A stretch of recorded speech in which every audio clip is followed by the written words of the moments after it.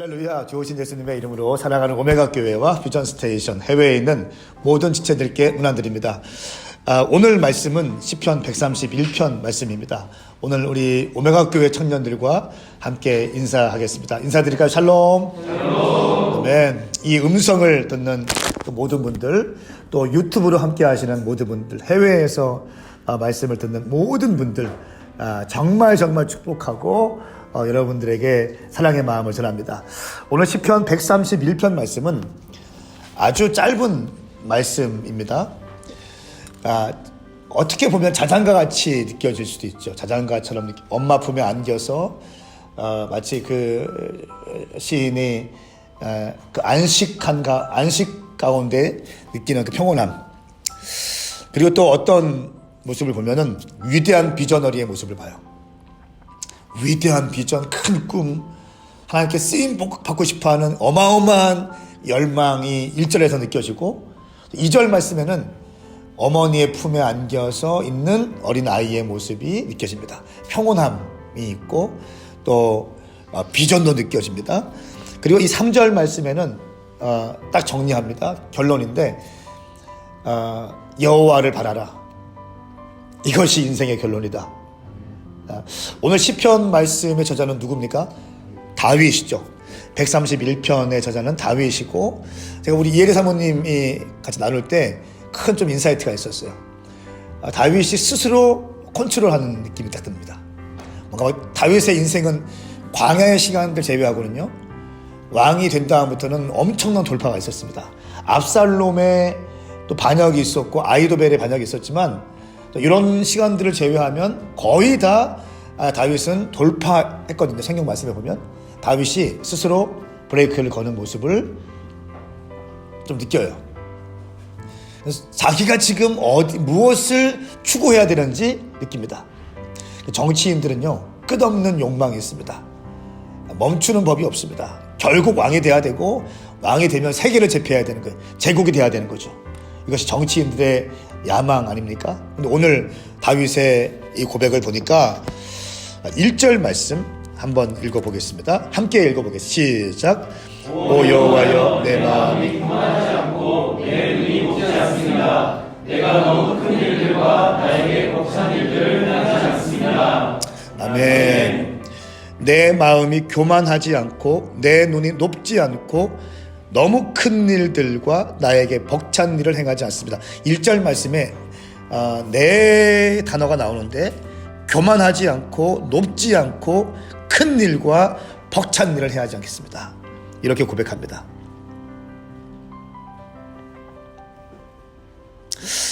마치 1절 말씀은요, 세계 최고의 산을 정복하고 싶은 어떤 등산가, 비저너리의 어떤 모습이 잠깐 등장합니다. 그러면서 그것을 다윗 스스로가 컨트롤 딱 합니다.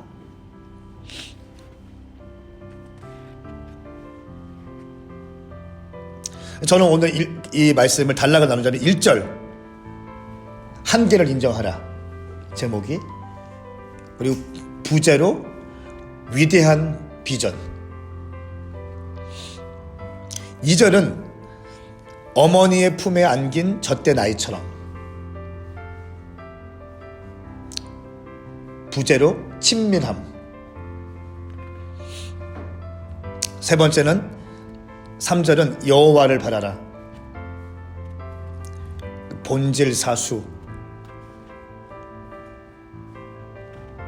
이렇게 제목을 붙여보았습니다. 1절 말씀에 보면 세상 최고의 어떤 리더의 모습을 우리는 볼 수 있습니다. 그런데 그 교만이고 또 높지 않습니다. 이 표현은요, 성경에서 높은 것은 거의 교만을 의미합니다. 근데 이 교만의 핵심이 뭔지 아세요? 하나님의 통치를 받지 않으려는 마음이에요. 그러니까 교만은 내가 조금 높아지고 조금 이렇게 내가 세워지고 이런 차원이 아니라 궁극적으로 하나님의 통치를 받지 않으려고 하는 마음이에요.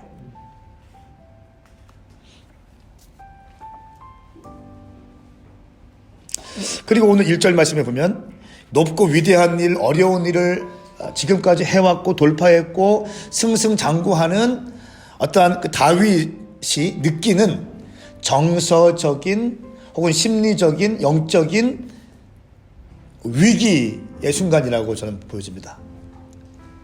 그때 다윗이 브레이크를 잡는 거예요. 한 걸음만 더 나가면 교만할 것 같으니까 잡는 거예요. 한 걸음만 더 뛰어나가면 내가 높아질 것 같으니까, 내 스스로가 통제가 안 될 것 같으니까 멈추기 시작합니다. 여러분, 이게 지혜입니다. 이게 지혜입니다. 역대하 26장 16절부터 19절까지 말씀 보면 우시야의 교만이 나옵니다. 제가 좀 읽어드리겠습니다.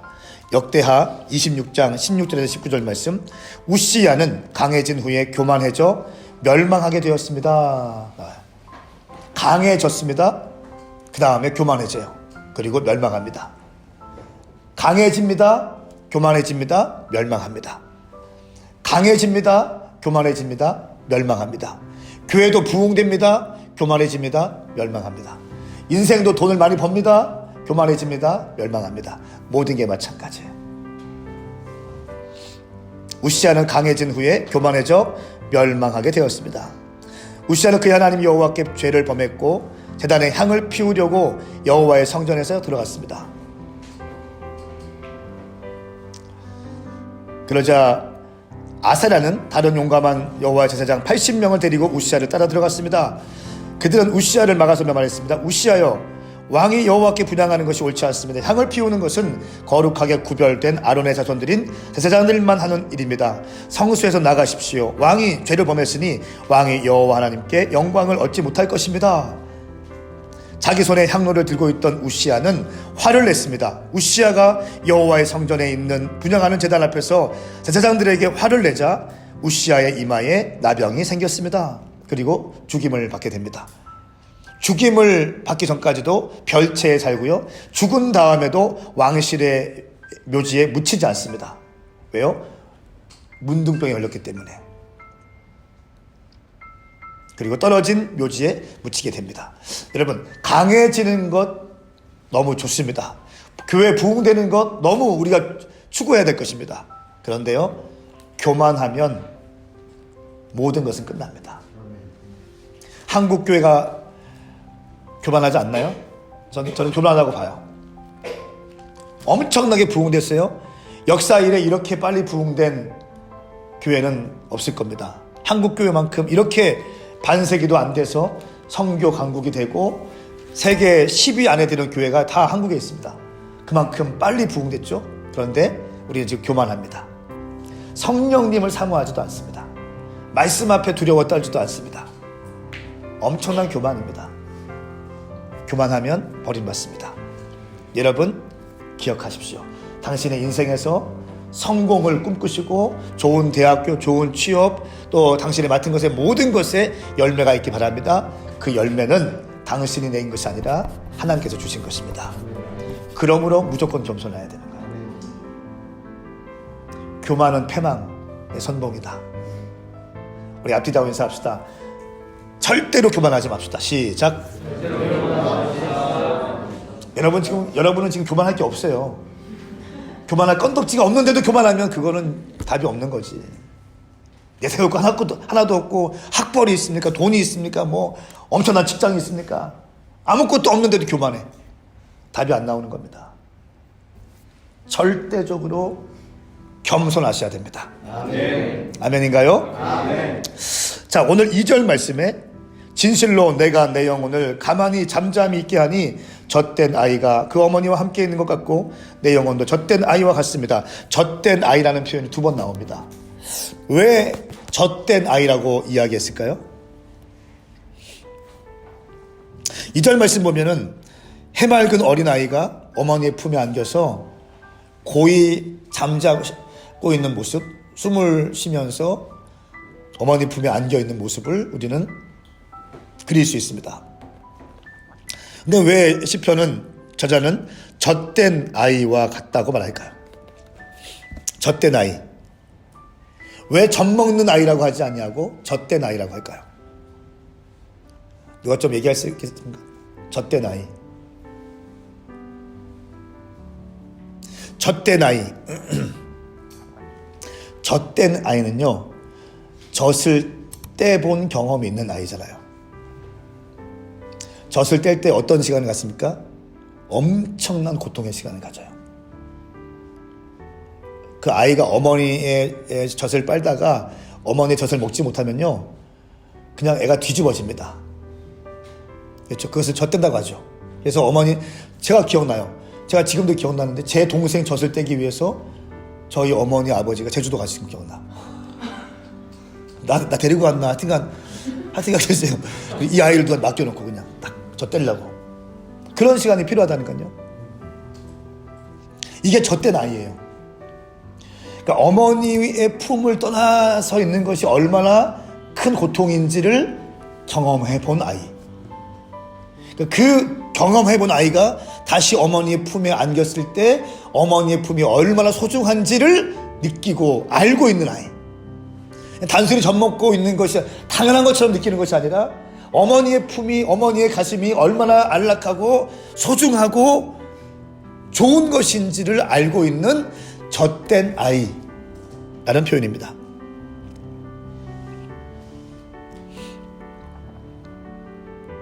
내 영혼을 가만히 잠잠히 있게 하니 젖된 아이가 그 어머니와 함께 있는 것 같고 내 영혼도 젖된 아이와 같습니다. 무슨 말입니까?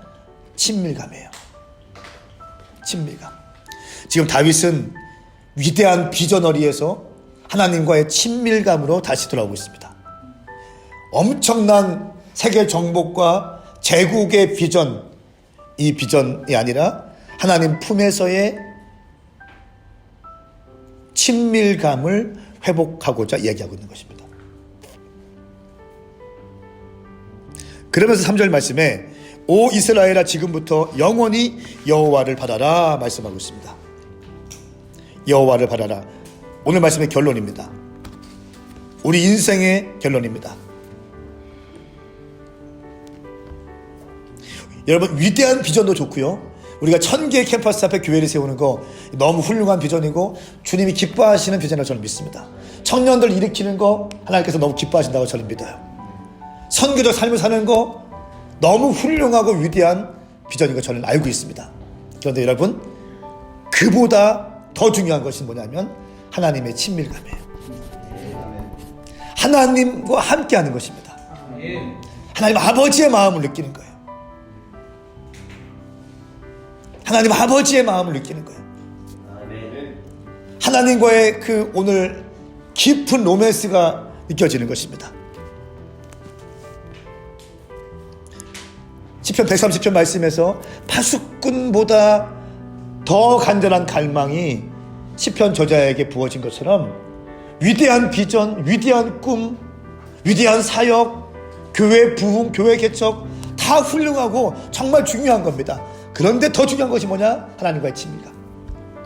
그 친밀감이 뭡니까? 하나님의 말씀 앞에 내 마음을 내어드리는 것.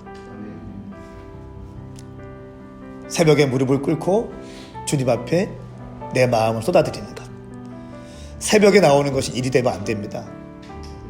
말씀 하루에 한 장씩 보는 게 의무감으로 하면 안 됩니다. 종교 행위가 되고요, 그것이 그 바리새인 스피릿이 됩니다. 바리새인 스피릿이 되고 유교의 영이 들어옵니다. 주님을 사랑하기 때문에 새벽을 깨워야 되고, 주님을 사랑하기 때문에 주의 말씀 앞에 머물러 있어야 되고, 주님을 사랑하기 때문에 영혼 구원해야 되고, 주님을 사랑하기 때문에 사역하게 되는 것. 다윗은 이것을 알고 있었어요. 근데 여러분, 놀라운 것은 잘 나갈 때 이것을 캐치하는 것은 정말 어렵습니다. 그러니까 자기 성찰했다는 거예요. 자기를 돌아봤다는 겁니다. 자기 성찰이 너무 중요하다. 내가 지금 어디에 있는가가 너무 중요하다. 막 교회가 부흥되면 막 여기저기서 신문사에서 연락 오고 책도 쓰라고 하고 방송사에서 막 연락 옵니다. 어디 가는 데마다 칭찬받습니다. 높아지면 그냥 끝나는 겁니다. 참 인생도 마찬가지입니다. 그래서 무릎을 꿇어야 됩니다. 그래서 경청해야 돼요. 경청. 그렇기 때문에 부모님의 말에 경청하고 영적인 지도자들의 말에 경청하고 경청하는 거예요. 할렐루야. 오늘 시편의 다윗은 잘 나가고 있을 때였지만 브레이크를 겁니다. 그리고 친밀감을 회복합니다. 그리고 나는 여호와를 바라보리라 결정짓습니다. 사랑하는 여러분, 여호와를 바라보십시오. 아멘. 이것이 당신 인생의 결론이 되어야 됩니다. 아멘. 친밀감을 놓지 마십시오. 아멘. 친밀감을 빼앗기지 마십시오. 아멘. 골방에서 하나님과의 은밀한 속삭임에 대해서 소중하게 여기십시오. 교회에 나오는 것, 새벽을 깨우는 것, 일용할 양식 앞에 머무는 것, 아무리 바쁘지만 이 말씀 붙들고 말씀을 읽고 말씀을 배우는 것 빼앗기지 마십시오. 또 한 가지, 이것조차도 종교 행위로 만들지 마시고 친밀함의 과정으로 만드십시오. 아멘. 여러분 가운데 이런 멋진 삶이 시작될 수 있기를 축복합니다. 아멘. 이것이야말로 하나님께서 원하시는 것입니다. 젖된 아이가 느낄 수 있는 어머니 품의 안정감, 이것을 여러분 가운데 오늘 이 말씀을 듣는 모든 분들 가운데 이루어질 것을 예수님의 이름으로 선포합니다. 아멘. 기도하겠습니다. 거룩하신 주님, 오늘 이 말씀이 모든 심령들 가운데 부어지게 하여 주시옵소서. 아멘. 음성을 듣든 영상을 보든 현장에 있든 유튜브로 보든 해외에 있든 한국에 있든 군부대에 있든 모든 사람들 가운데 동일한 하나님의 은혜가 부어질지어다. 아멘. 예수님의 이름으로 축복하며 기도하옵나이다. 아멘. 아멘. 사랑하는 여러분, 저는 내일 시편 어김없이 132편 말씀을 가지고 인사드리겠습니다. 오늘도 말씀으로 승리하십시오. 이 말씀이 여러분 가운데 도움이 되었다면 좋아요와 구독과 알림 부탁드리겠습니다. 오늘도 승리하십시오. 샬롬. 제가 기도를 하려고 하는데 예를 들어서 이런 사역, 그리고 이 영혼, 또 내 영적인 돌파, 그런 것들을 위해서 이제 열심히 기도를 하는데 정작 하나님의 얼굴은 구하지 않고 하나님과도 그 아까 로맨스와 친밀함은 없이 열심히 다른 기도들을 하는 걸 보면서 또 이제 기도할 때도 말씀을 볼 때도 본질은 정말 하나님의 얼굴을 구하면서 하나님과 사랑하면서 동행하면서 그것들을 행하는 거구나, 그런 마음이 들었고, 저는 가끔씩 이제 주님의 일이라고 해도 하루 종일 그런 일들을 하다가도 집에 왔을 때 좀 허무할 때가 있거든요. 정작 내가 주님과는 시간을 보냈나 하는 마음이 들 때가 있는데, 다윗도 약간 왕으로 많은 일들을 감당하고 나서 어떤 목마름을 느끼지 않았을까. 그 목동일 때 정말 주님을 사랑했던 그 마음들을 다시 떠올리면서 다시 내가 젖된 아이처럼 주님과 함께 있고 싶다, 그런 마음처럼 저도 이제 너무 근데 또 이제 주님만 바라보면 약간 삐리리해질 수 있으니까 주님을 바라면서도 또 주님의 일들을 잘 감당하면서도 그 안에서 주님의 얼굴을 잘 구하면서 가야겠다는 마음이 들었습니다.